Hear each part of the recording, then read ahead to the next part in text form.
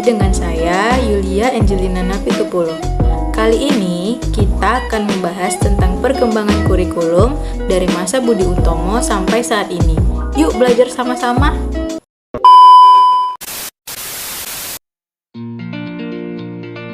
Pendidikan merupakan salah satu kebutuhan manusia untuk bisa berproses dan berinteraksi di dunia luar dengan semua masyarakat di sekitarnya. Pendidikan juga merupakan salah satu bekal terpenting di masa depan. Pendidikan itu sudah kita kenal sejak zaman sebelum Indonesia merdeka hingga saat ini. Pendidikan menurut salah satu tokoh yaitu M.L. Langeveld merupakan suatu upaya yang dilakukan secara sengaja oleh seseorang yang dewasa untuk membantu mencapai kedewasaan seseorang, terutama anak-anak yang masih belum dewasa. Sejarah pendidikan mencatat bahwa Indonesia merupakan salah satu negara yang memiliki kualitas pendidikan paling rendah dibandingkan negara-negara lainnya. Meskipun usaha pemerataan sistem pendidikan sudah dilakukan dan dianggap meningkat dan cukup signifikan, namun itu belum cukup untuk menaikkan kualitas pendidikan Indonesia. Dalam perjalanan sejarah, sejak tahun 1945, kurikulum pendidikan sudah mengalami perubahan, yaitu pada tahun 1947, 1952, 1964, 1968, 1975, 1984, 1994, 1999, 2004, 2006, dan yang terakhir 2013. Perubahan tersebut adalah konsekuensi logis dari terjadinya perubahan sistem politik, sosial budaya, ekonomi, dan iptek dalam masyarakat berbangsa dan bernegara. Sebab kurikulum sebagai seperangkat rencana perlu dikembangkan secara dinamis sesuai dengan tuntutan dan perubahan yang terjadi di masyarakat.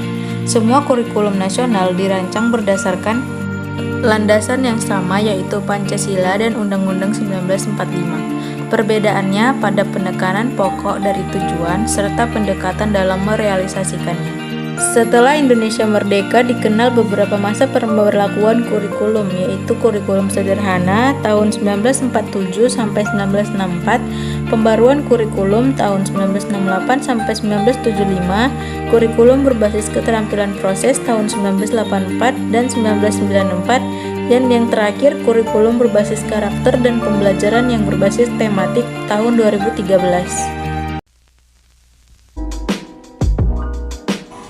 Kurikulum 1947 merupakan kurikulum pertama yang lahir pada masa kemerdekaan, lebih tepatnya 2 tahun setelah merdeka, dengan menggunakan istilah dalam bahasa Belanda Leerplan yang berarti rencana pelajaran. Pendidikan pada masa-masa awal kemerdekaan berada di bawah kendali Suryadi Suryaningrat yang menjabat sebagai Menteri Pengajaran dan menyusun kurikulum 1947. Kurikulum 1947 di Indonesia pada saat itu masih dipengaruhi oleh sistem pendidikan kolonial Belanda dan Jepang, sehingga hanya meneruskan yang pernah digunakan sebelumnya. Kurikulum 1947 yang berjalan saat itu dikenal dengan sebutan Rencana Pelajaran 1947 yang baru dilaksanakan di sekolah pada tahun 1950. Kurikulum 1952 adalah Rencana Pelajaran 1947. Pada tahun 1952, kurikulum Indonesia mengalami penyempurnaan. Kurikulum ini diberi nama Rencana Pelajaran Terurai 1952. Kurikulum ini sudah mengarah pada suatu sistem nasional. Yang paling menonjol dan sekaligus ciri dari kurikulum ini adalah setiap rencana pelajaran harus memperhatikan isi pelajaran yang dihubungkan dengan kehidupan sehari-hari. Kurikulum Rencana Pendidikan tahun 1964. Kurikulum ini berada di penghujung era Presiden Soekarno, yaitu muncul Rencana Pendidikan 1964 atau Kurikulum 1964. Konsep pembelajarannya bersifat aktif, kreatif, dan produktif. Yang keempat, Kurikulum 1968 merupakan pembaruan dari Kurikulum 1964, yaitu dilakukannya pembaruan struktur kurikulum pendidikan dari Pancawardhana menjadi pembinaan jiwa Pancasila, pengetahuan dasar, kecakapan khusus. Kurikulum 1968 merupakan perwujudan dari perubahan orientasi pada pelaksanaan Undang-Undang 1945 secara murni dan konsekuen. Dari segi tujuan pendidikan, kurikulum ini bertujuan bahwa pendidikan tekankan pada upaya membentuk manusia Pancasila sejati, kuat, dan sehat jasmani, mempertinggi kecerdasan dan keterampilan jasmani, moral, budi pekerti, dan keyakinan beragama. Selanjutnya, kurikulum 1975. Kurikulum ini menekankan pada tujuan agar pendidikan lebih efisien dan efektif. Yang melatar belakangi adalah pengaruh konsep di bidang manajemen, yaitu MBO atau Management by Objective. Kurikulum 1975 banyak dikritik. Guru sibuk menulis rincian apa yang akan dicapai dari setiap kegiatan pembelajaran. Kurikulum 1957 memiliki ciri-ciri khusus seperti yang pertama, menganut pendekatan yang berorientasi pada tujuan. Yang kedua, menganut pendekatan yang integratif. Yang ketiga, pendidikan moral Pancasila dalam kurikulum 1975 bukan hanya dibebankan kepada bidang pelajaran, tetapi juga di bidang pelajaran agama. Yang keempat, kurikulum 1975 menekankan pada efisiensi dan efektivitas penggunaan dana, daya, dan waktu. Dan yang kelima, mengharuskan guru untuk menggunakan teknik penyusunan program pengajaran yang dikenal dengan prosedur pengembangan sistem instruksional atau PPSI. Selanjutnya, kurikulum 1984. Kurikulum 1984 merupakan perbaikan kurikulum sebelumnya, yaitu kurikulum 1975. Kurikulum ini juga sering disebut kurikulum 1975 yang disempurnakan. Dalam kurikulum 1984 ini, posisi siswa ditempatkan sebagai subjek belajar, dari mengamati sesuatu, mengelompokkan, mendiskusikan, hingga melaporkan. Model ini disebut cara belajar siswa aktif atau CBSA, atau Student Active Learning atau SAL. Secara umum, dasar perubahan kurikulum 1975 ke kurikulum 1984 diantaranya yang pertama, terdapat beberapa unsur dalam GBHN 1983 yang belum terpampang ke dalam kurikulum. Yang kedua, terdapat ketidakserasian antara materi kurikulum berbagai bidang studi dengan kemampuan anak didik. Yang ketiga, terdapat kesenjangan antara program kurikulum dan pelaksanaannya di sekolah. Lalu yang terakhir, terlalu padatnya isi kurikulum yang harus diajarkan hampir di setiap jenjang. Selanjutnya adalah kurikulum 1994. Kurikulum 1994 adalah sebuah kurikulum operasional pendidikan yang disusun dan dilaksanakan di masing-masing satuan pendidikan di Indonesia yang dipakai sejak tahun ajaran 1994 hingga 2003. Kurikulum 1994 dibuat sebagai penyempurnaan kurikulum 1984 dan dilaksanakan sesuai dengan Undang-Undang Nomor 2 Tahun 1989 tentang Sistem Pendidikan Nasional. Terdapat ciri-ciri yang menonjol dari pemberlakuan kurikulum 1994 diantaranya yang pertama, pembagian tahapan pelajaran di sekolah dengan sistem catur bulan. Yang kedua, pembelajaran di sekolah lebih menekankan materi pelajaran yang cukup padat. Yang ketiga, kurikulum 1994 bersifat populis, yaitu yang melakukan satu sistem kurikulum untuk semua siswa di seluruh Indonesia. Kurikulum 1999. Kurikulum 1999 adalah langkah penyempurnaan pada kurikulum 1994.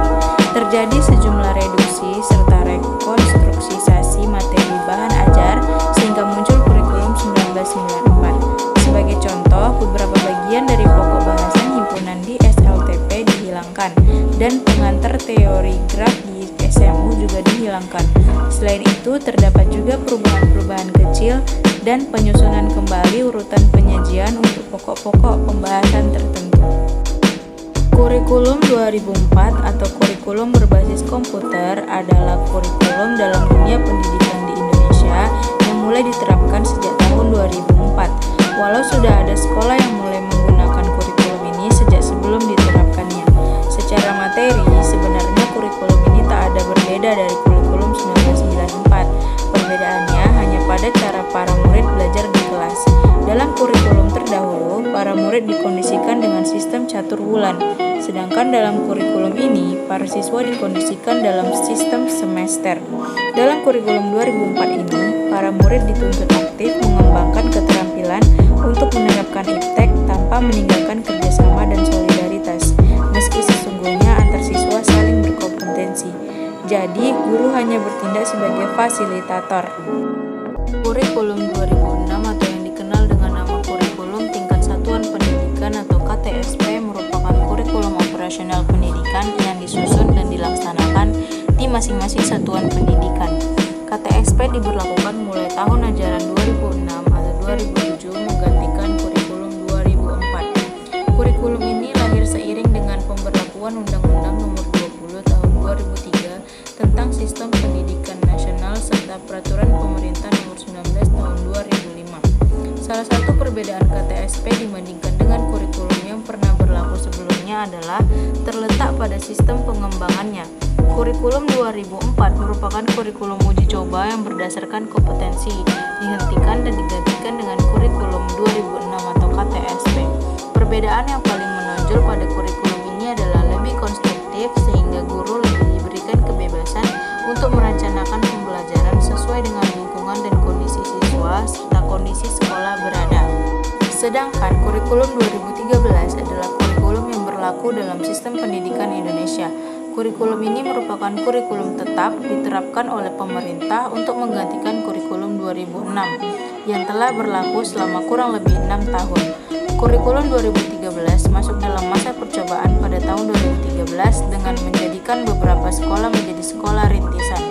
Kurikulum 2013 memiliki 4 aspek penilaian, yaitu aspek pengetahuan, keterampilan, sikap, dan perilaku. Dalam kurikulum 2013, terutama di dalam materi pembelajaran, terdapat materi yang dirampingkan dan materi yang ditambahkan. Materi yang dirampingkan terlihat ada di materi Bahasa Indonesia, IPS, PKN, sedangkan materi yang ditambahkan adalah materi matematika. Terakhir, kurikulum Merdeka Belajar. Kurikulum Merdeka Belajar merupakan implementasi dari kebijakan Menteri Pendidikan dan Kebudayaan Republik Indonesia Nadiem Makarim yang antara lain memberikan hak belajar 3 semester di luar program studi kepada mahasiswa sebagaimana diatur dalam Permendikbud Nomor 3 Tahun 2020. Merdeka Belajar merupakan program kebijakan baru Kementerian Pendidikan dan Kebudayaan Republik Indonesia yang merupakan esensi kemerdekaan. Esensi kemerdekaan berpikir menurut Nadiem harus didahului oleh para guru sebelum mereka mengajarkannya pada siswa. Nadiem menyebut dalam kompetensi guru di level apapun tanpa ada proses penerjemahan dari kompetensi dasar dan kurikulum, maka tidak akan pernah ada pembelajaran yang terjadi.